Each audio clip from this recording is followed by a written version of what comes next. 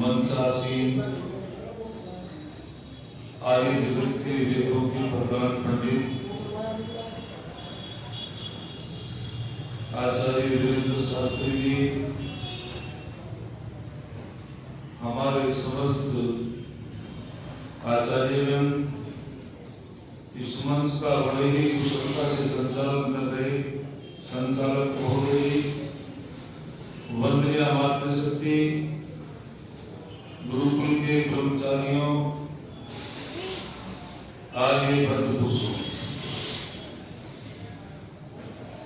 बहुत ही अच्छा प्रवचन प्रवचन हम श्रवण कर रहे थे। और आज जो समाज में कुरीति है, नशा, उसके ऊपर बहुत ही अच्छा चिंतन पूर्व वक्ता ने प्रस्तुत किया और हम पे सभी सब आचार्यों को इसमें ध्यान देना है, क्योंकि आज समाज में बड़ी कुरीति है, ताकत है, विश्वास है, नशा है। इन विषयों पर बोलना भी चाहिए। बहुत ही अच्छा विषय रहा। छोटी सी बात मैं आपके बीच में रखता हूँ। मेरा तो सौभाग्य है कि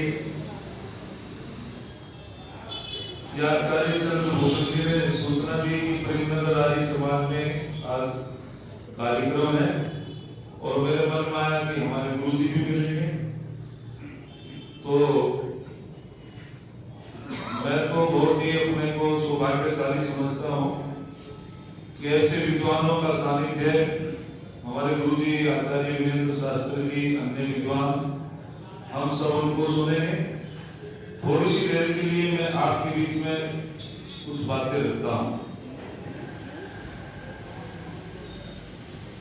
बहुत ही सुंदर एक उपदेश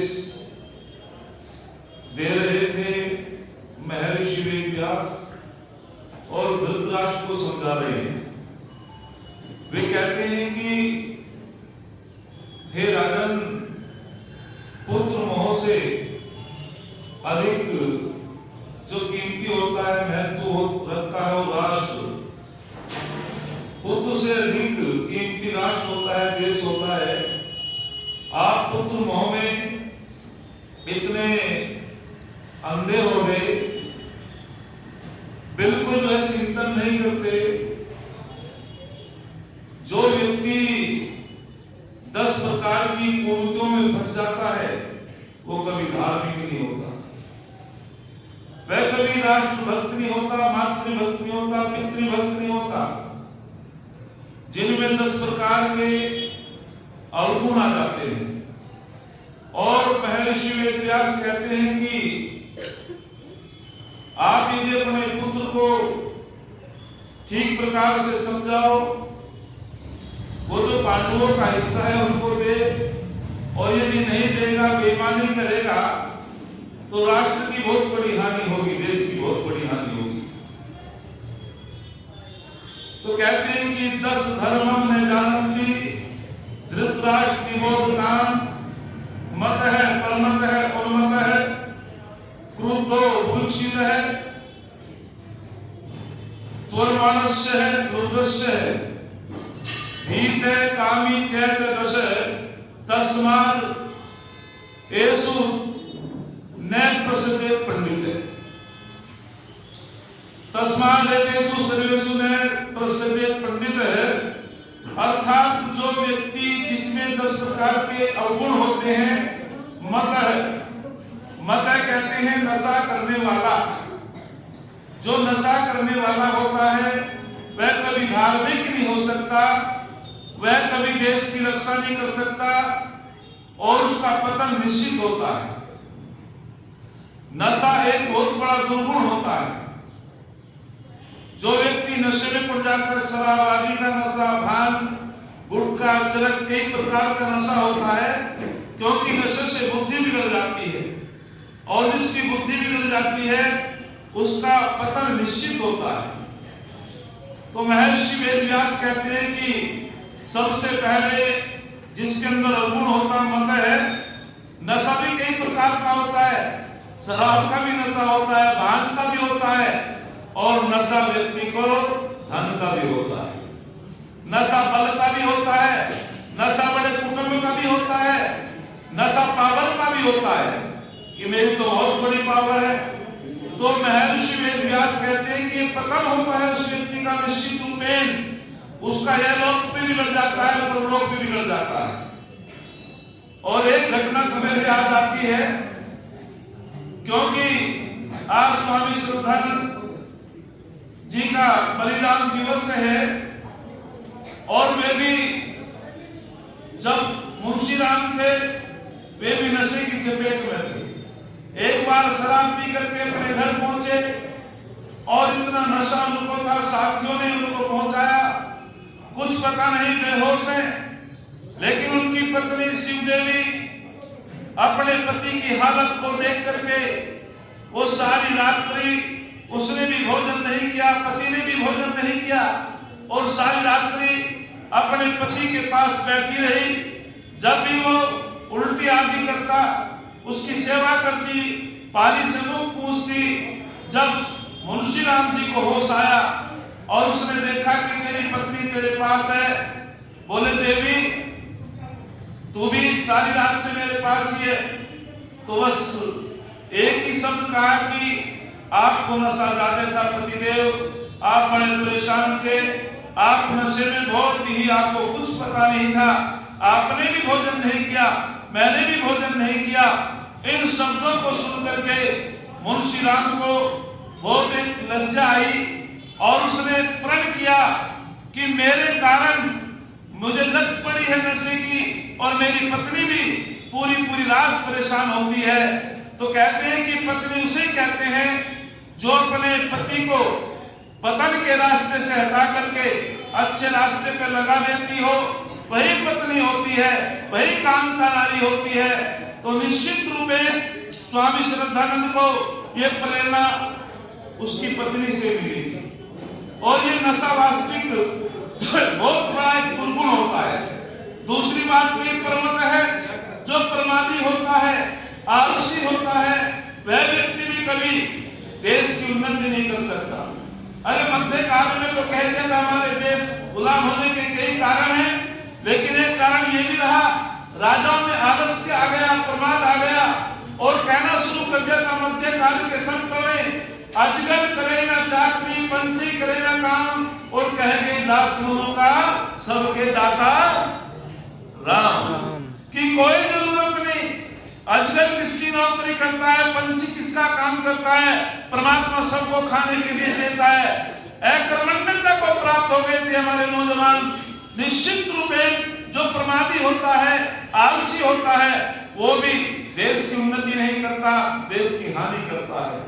और आगे बहुत सुंदर कहते हैं महर्षि वेदव्यास की ध्यान पूर्वक सुन धृतराष्ट्र, फिर कहते हैं परमत है, उन्मत है, अर्थात जो व्यक्ति उन्मत्त हो जाता है, पागल हो जाता है, स्त्री के पीछे पागल हो जाता है, धन के पीछे पागल हो जाता है, परमपिता परमात्मा की उपासना नहीं करता है, धन को ही सब कुछ मान लेता है, ऐसा व्यक्ति भी धार्मिक नहीं होता, ऐसा व्यक्ति भी संस्कारी नहीं होता।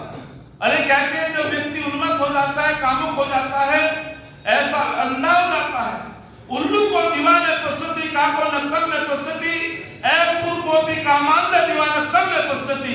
अरे उल्लू को दिन में नहीं चमकता, कौवे को रात्रि में नहीं चमकता, लेकिन जब ये मानव कामांध हो जाता है, ना इसे दिन में चमकता, ना इसे रात्रि में चमकता, ना इसे दिन में चमकता, ना इसे रात्रि में चमकता। तो पागल हो जाता है व्यक्ति जब कामुक हो जाता है। आगे बहुत सुंदर बात कही, आगे कहा कि क्रुद्धो, जो व्यक्ति क्रोधी होता है, अच्छा जो क्रोधी व्यक्ति होता है उसको दूसरे शत्रु बनाने की कोई आवश्यकता नहीं, उसका तो अंदर का ही वो शत्रु बैठा हुआ है। तो जो क्रोध पे नियंत्रण नहीं, छोटी छोटी बातों पे आग बबूला हो जाता है।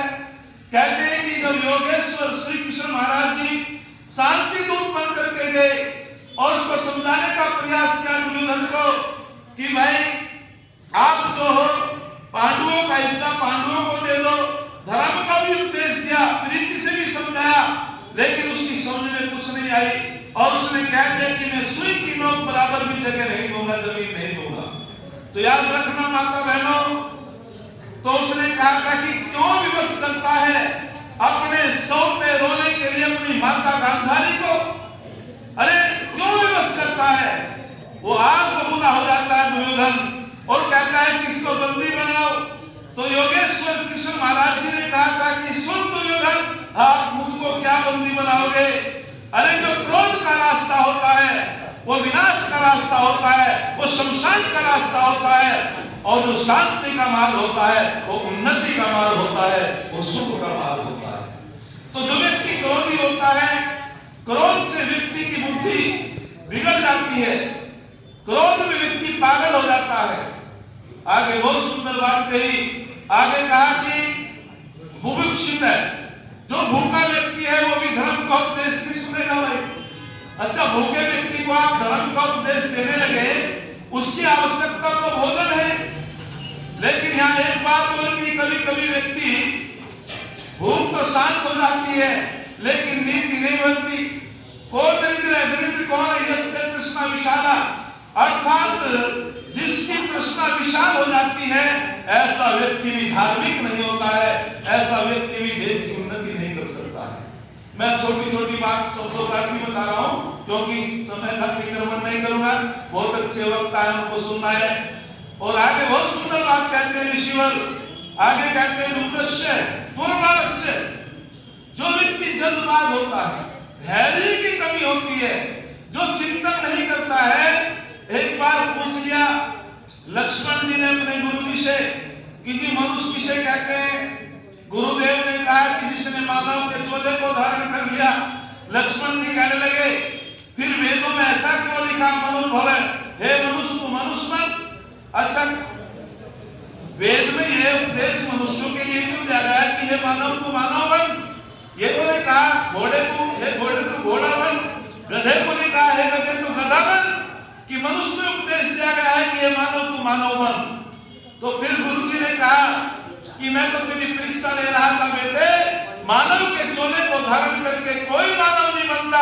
मत्वा कर्माणि सीमित इति मनुष्य है, अर्थात जो मनन पूर्वक कार्य करता है, वेदानुकूल कार्य करता है, जो धर्मानुकूल कार्य करता है वो मानव की श्रेणी में होता है, और जो धर्म से गिर जाता है, चरित्र से गिर जाता है, वो मानवता से गिर जाता है, वो राक्षस हो जाता है, न जाने क्या क्या हो जाता है। तो इसीलिए आगे कहा कि धैर्यवान होना चाहिए व्यक्ति को। जो जल्दबाजी का निर्णय होता है वो बहुत हानि का निर्णय होता है। जो भी हम कार्य करें चिंतन करके करें, मनन करके करें, जल्दबाजी में कोई कार्य नहीं करना चाहिए। और आगे कहा मनुष्य जो लोभी होता है वो भी धार्मिक नहीं होता। लोभी व्यक्ति भी कभी धार्मिक नहीं होता। जो दूसरे के धन की लालसा रखता है, इच्छा रखता है, ऐसा व्यक्ति भी कहते हैं कि मातृवत प्रदानेषु लोष्टवत प्रदर्शनेषु आत्मस्वभूतेषु यह प्रसिद्धि से पंडित है। वही पंडित होता है, वही विद्वान होता है जो अपनी माता की आयु की जितनी माता है संसार के अंदर, मां का सम्मान देता हो उसे पंडित कहते हैं। अपनी बहन की आयु की जितनी बहनें हैं उनको बहन का सम्मान देता हो वही पंडित होता है, धार्मिक होता है। और जो दूसरे के धन को मिट्टी का घेरा समझता है, कभी स्वार्थ नहीं करता है, जो भी परमात्मा ने धन दिया है उसी में संतुष्ट रहता है, वही विद्वान होता है, वही पंडित होता है। और जो प्राणी मात्र पे दया करता है, किसी प्राणी को नहीं सताता है, उसे विद्वान कहा है, उसे पंडित कहा है। अरे वही तो धार्मिक है। जैसा जैसा आत्म है प्रतिकूलानि परेशान में समझ रहे, और जैसा जैसा हम अपने लिए चाहते हैं व्यवहार वैसा दूसरों के लिए करें। मैं चाहता हूं मेरी बहन का सम्मान हो तो मुझे भी दूसरे की बहन का सम्मान करना चाहिए, वही धार्मिक होता है। और आगे बहुत सुंदर बात कही, आगे कहा कि भीत है, अर्थात जो भयभीत है, जो डरा हुआ है वह कभी धार्मिक नहीं होता। 4 प्रकार का ज्ञान होता है। 3 प्रकार का जो ज्ञान है वो डराने वाला होता है, कपाने वाला होता है, भय उत्पन्न करने वाला होता है। एक शाब्दिक ज्ञान होता है, एक भ्रमात्मक ज्ञान होता है, एक संख्यात्मक ज्ञान होता है और चौथा ज्ञान तत्व ज्ञान होता है। जो तत्व ज्ञान को प्राप्त कर लेते हैं निश्चित रूप में उनको भय नहीं लगता, उनका आत्मा बलवान हो जाता है, वे अपने आप को भी जान लेते हैं, परम पिता परमात्मा का भी साक्षात्कार कर लेते हैं। और 10वीं बात कही कामी, जो कामानाम त्वरणाम भय में लज्जा, जो कामुक व्यक्ति होता है ना उसको भय ना उसको लज्जा लगती। तो इसीलिए हम सबको वही धार्मिक है, महर्षि वेदव्यास कहते हैं, जो इन 10 अवगुणों से दूर रहता है, जो वास्तविक रूप से दूसरे के धन को मिट्टी का ढेला समझता है, जो लोभी नहीं होता है, जिसके अंदर त्याग होता है, ऐसा व्यक्ति राष्ट्र का भला करता है, राष्ट्र की उन्नति करता है। किसी ने बहुत सुंदर लिखा है, परण करते हैं संस्कृति की शाम नहीं होने देंगे, परण करते हैं संस्कृति की शाम नहीं होने देंगे, जब तक रगों में गर्म लहू की बूंद है बाकी, भारत माँ की आजादी को विराम नहीं होने देंगे, भारत माँ की आजादी को विराम नहीं होने देंगे। स्वामी श्रद्धानंद जी ने गुरुकुल परंपरा को चलाया, ऋषियों की परंपरा को आगे बढ़ाया।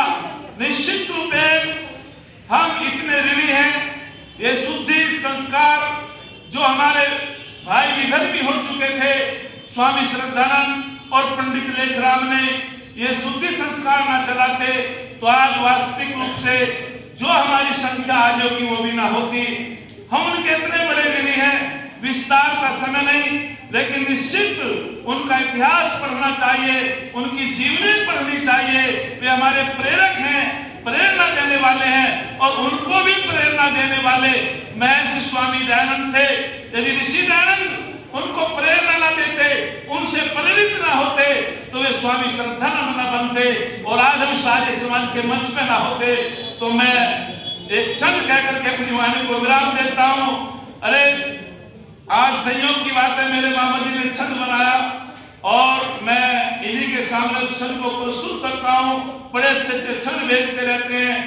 हम प्यादे थे वजीरों में गिने गए, अरे हम प्यादे थे वजीरों में गिने गए, हम फकीर थे अमीरों में गिने गए। ऐ दयानंद तेरा सानिध्य क्या मिला, हम कांच के टुकड़े थे हीरो में गिने गए, हम कांच के टुकड़े थे हीरो में गिने गए। आप